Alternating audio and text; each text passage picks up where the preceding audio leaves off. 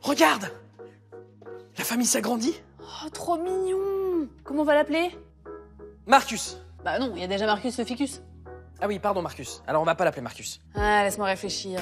Des feuilles vert tendre, une ligne harmonieuse, un parfum des bois. Trucmuche! Oh, Trucmuche. Oh, eh ben bienvenue dans la famille, Trucmuche. On va prendre soin de toi. Oh oui.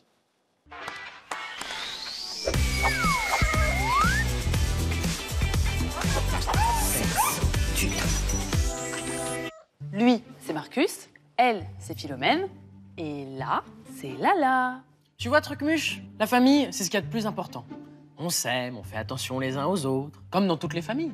Comme dans toutes les familles, si seulement c'était le cas. La famille, ça peut être source de souffrance parfois. Oui, elle a raison. Trucmuche, s'il te plaît, pas plus d'1 heure de jeux vidéo par jour. Non mais je veux parler de maltraitance. La maltraitance au sein de la famille, ça existe. Et même la maltraitance sexuelle, comme l'inceste. Ah oui, mais là, on parle de cas exceptionnels quand même. Non mais tu connais les chiffres? On estime qu'aujourd'hui en France, 4 millions de personnes ont été victimes d'inceste. Alors que les parents risquent d'aller en prison et de perdre leur autorité parentale. Ouais, bah encore heureux. Mais attends, on n'a pas défini ce que c'était l'inceste. L'inceste, c'est quand 2 personnes de la même famille ont des relations sexuelles. Parents, enfants, frères, sœurs.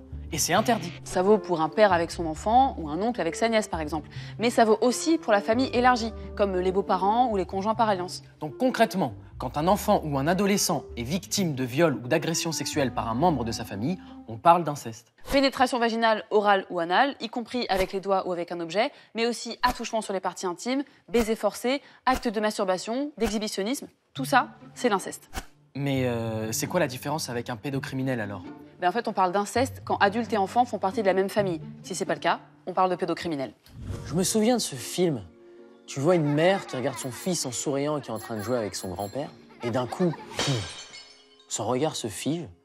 Et là, on comprend qu'elle vient de se souvenir d'un truc terrible. Quelque chose de malsain qui s'est passé avec son père. Parfois, les souvenirs restent enfouis et ressortent des années plus tard. C'est ce qu'on appelle la mémoire traumatique. Et souvent, les victimes développent des troubles, des phobies, et ça peut même aller jusqu'à la tentative de suicide.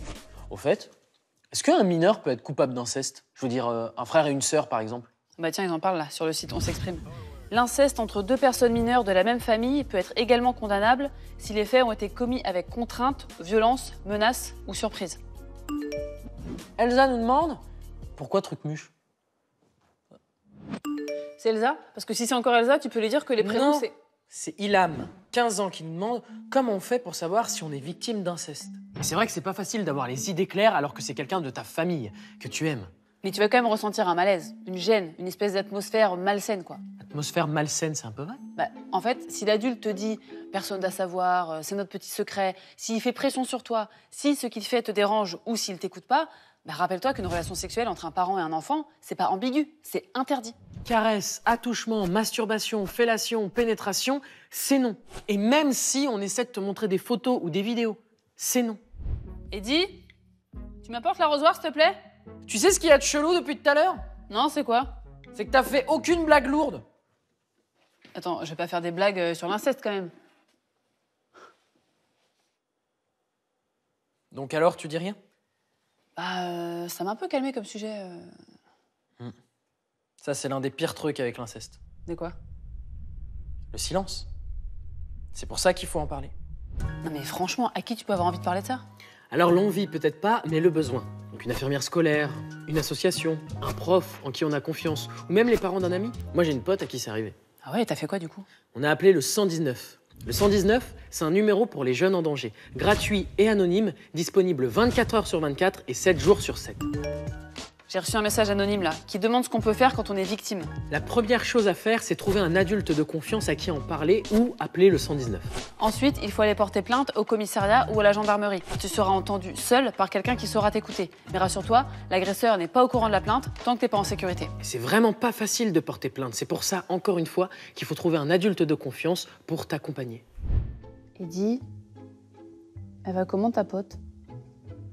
Il y a eu un procès. Pendant longtemps, elle a été suivie par quelqu'un. Et elle a fini par s'en remettre. Maintenant, ça va mieux. Heureusement qu'elle en a parlé. Hein. Parce que comme ça, il y a des gens qui ont pu l'aider. Bon, allez. Bonne nuit, Ambre. Bonne nuit Eddie. Bonne nuit, Marcus. Bonne nuit Philomène. Bonne nuit, Lala. Bonne nuit Trucmuche. Dis, tu crois que Trucmuche va se plaire avec nous? Ah ouais, je pense.